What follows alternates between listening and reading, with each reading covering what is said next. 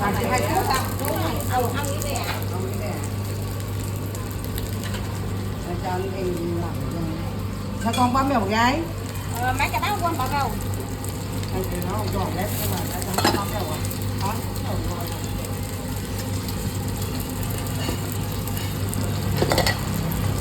Một mình cân cũng tốt thôi chứ.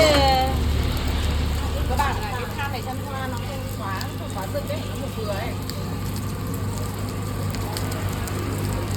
Em cũng nói ta.